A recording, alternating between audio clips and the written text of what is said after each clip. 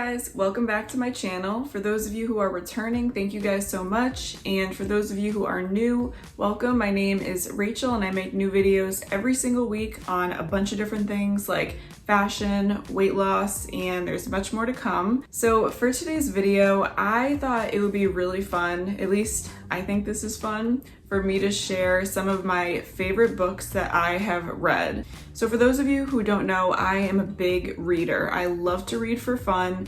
I think it started like ever since I was in college, because then I was like all into psychology and I did grad school for school psychology, so I like love to read. I was probably the only person that actually read all the assigned chapters that we were supposed to.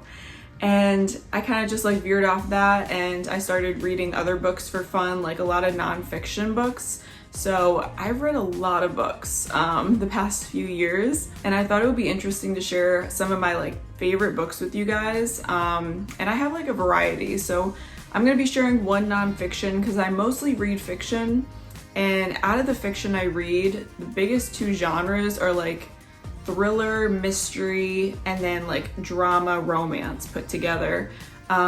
So I thought I would share some of them with you guys, especially the ones that I've reread. I typically never reread books unless they're really good.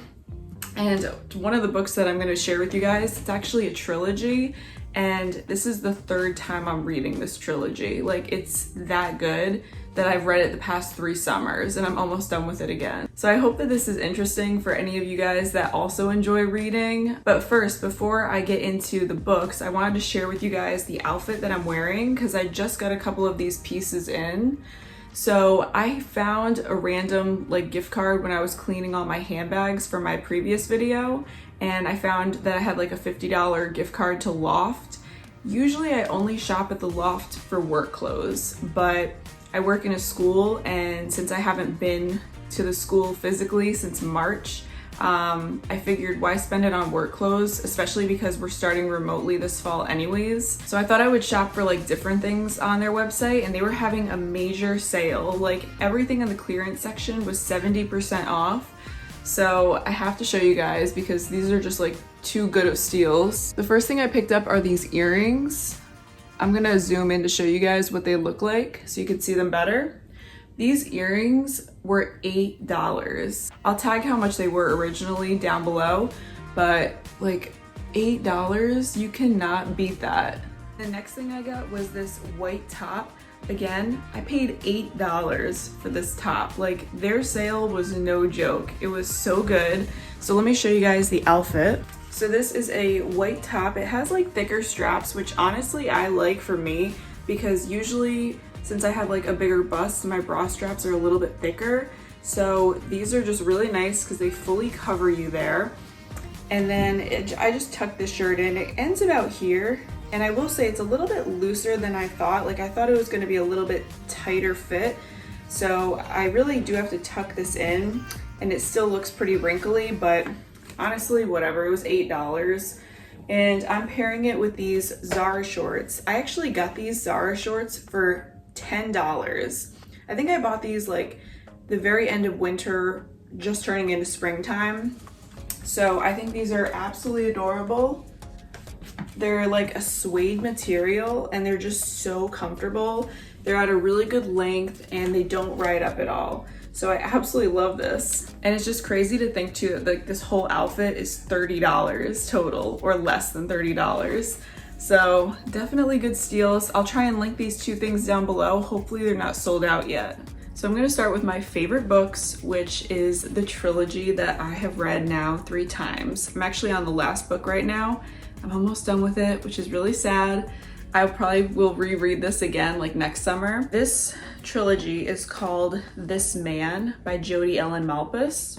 So, you know, This Man is the first one, and then it goes Beneath This Man and This Man Confessed. Okay, so the best way I can describe this trilogy is that it's similar to 50 Shades of Grey with like the intimacy component. So this is definitely like for people 18 plus.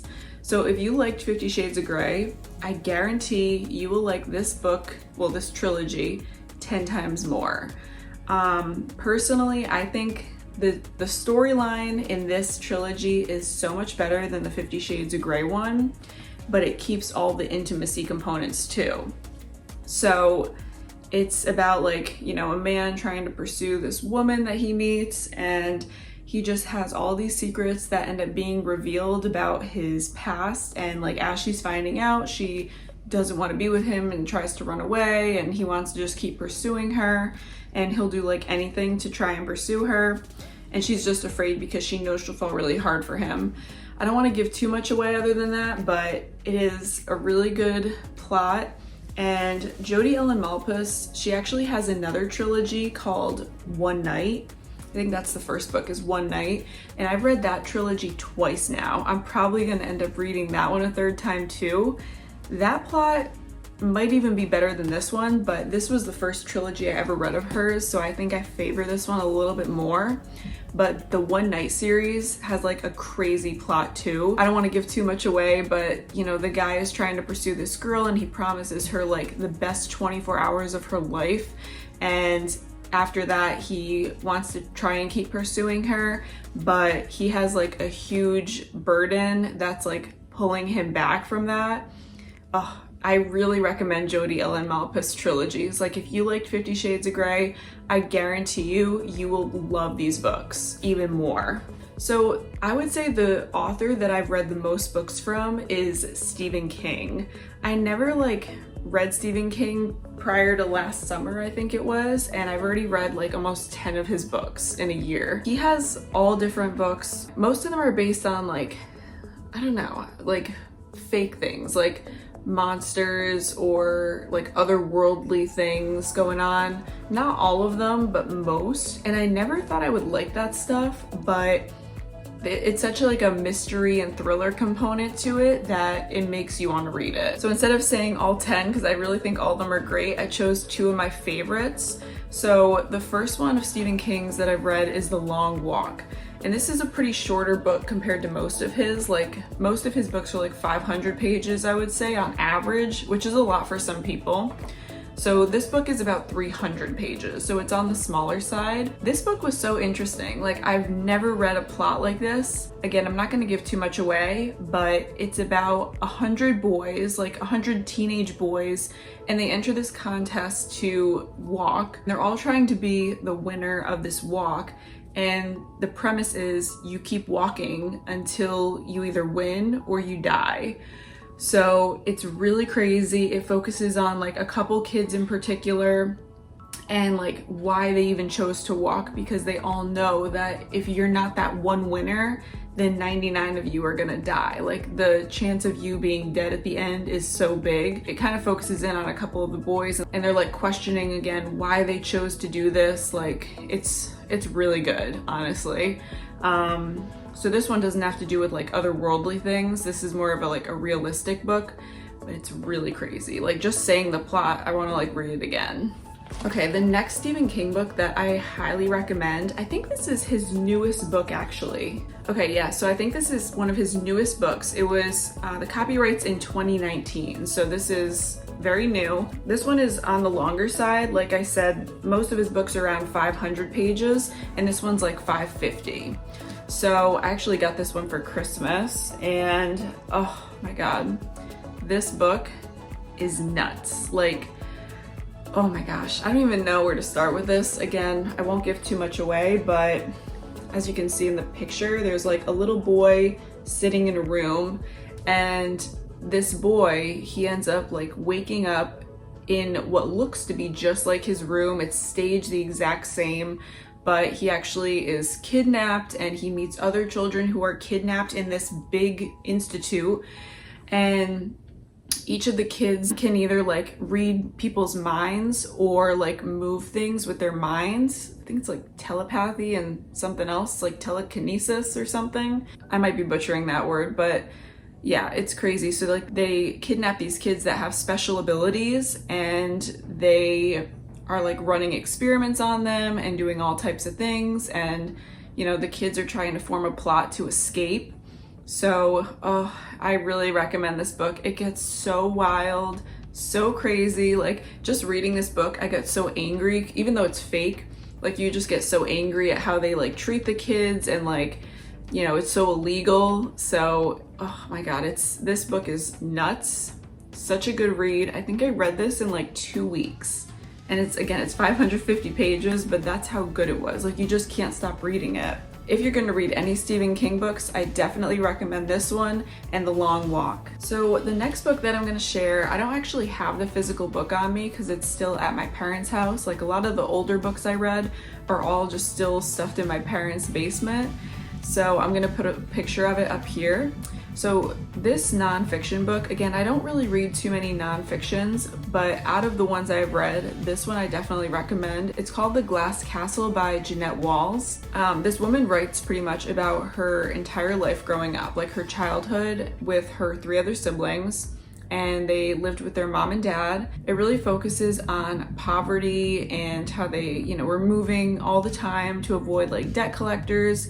They had like no money, no food, no place to live. They were sleeping in their car. Her dad was like an alcoholic, and her mother was pretty neglectful of her children, didn't really care for them. She'll share it in there, but one of the kids like starts a fire. I think it might be her.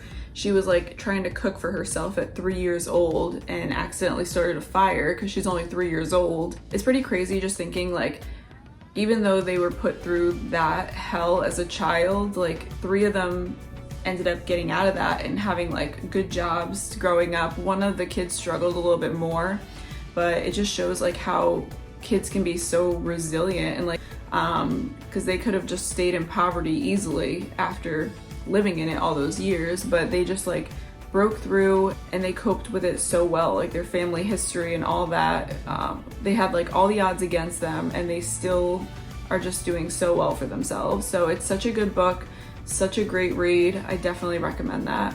The next book that I highly recommend, this one is like a suspenseful thriller and it includes a lot of drama too.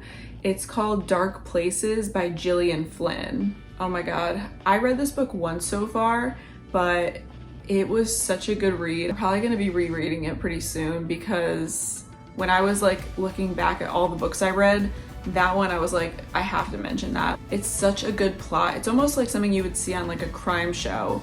So Dark Places pretty much is about a woman named Libby, and as a child, she was in her house when her mother and her 2 sisters were murdered. Again, this is fiction. Her older brother automatically went to jail for the murders. Like they suspected him right away and he was put in prison.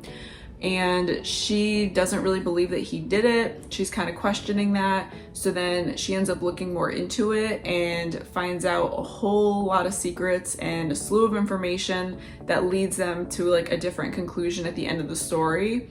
So it is really crazy, such a good suspenseful novel. Since she's trying to find out like more information about the murders, people are like coming after her at the same time because they don't want her to know the potential truth. So it is such a good read. I know that one is not a big book either. I'm gonna find out online how many pages that one is and I'll write it down below.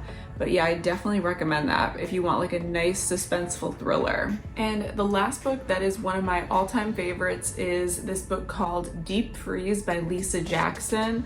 I read this book twice now and my aunt is actually reading it right now because I recommended it to her. The main thing I associate with this book is kind of like the movie Obsessed with Beyonce and that woman who's like obsessed with her husband.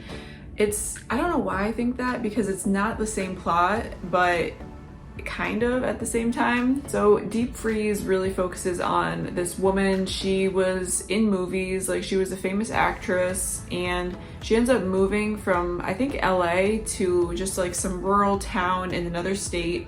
And she moves there with her 2 daughters, and she just wants to like start over there because I think she primarily moved because she was being stalked by somebody in California, and then that person ends up moving and like following her, and we don't know who the person is through the entire book. You like get both sides of the story, so like you're hearing the book from her perspective and also like the killer's perspective, and this person that's stalking her is, you know, killing people in the towns. He is killing women that look very similar to this woman that he's obsessed with. Again, it's like a good suspense thriller book, and this one's more like about a serial killer that is just obsessed with this woman.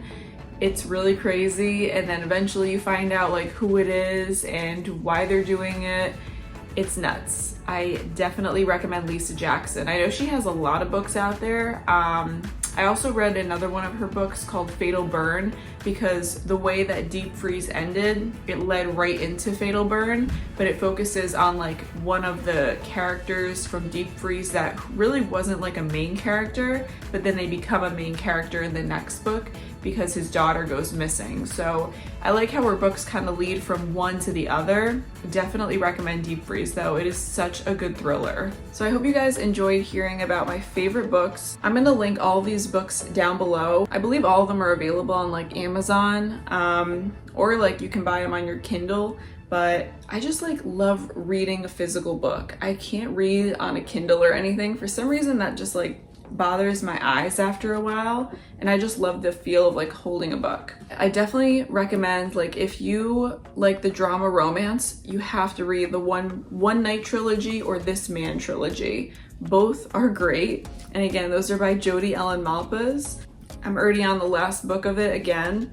It's so funny. You can tell how worn it is, and my cat has been trying to chew it every time I am reading. I love to read. I hope you guys enjoyed this, especially if you're also a big reader as well. I would love to know down below in the comments, like, any other good book recommendations that you guys like. Again, I mainly go for drama, romance, or like suspense thriller mystery novels. So if you have any good recommendations for me, definitely let me know down below. I would love to hear them. And if you guys enjoyed this video, be sure to give it a thumbs up down below. Subscribe to my channel if you guys are new, and I will see you guys very soon. Bye. So much better.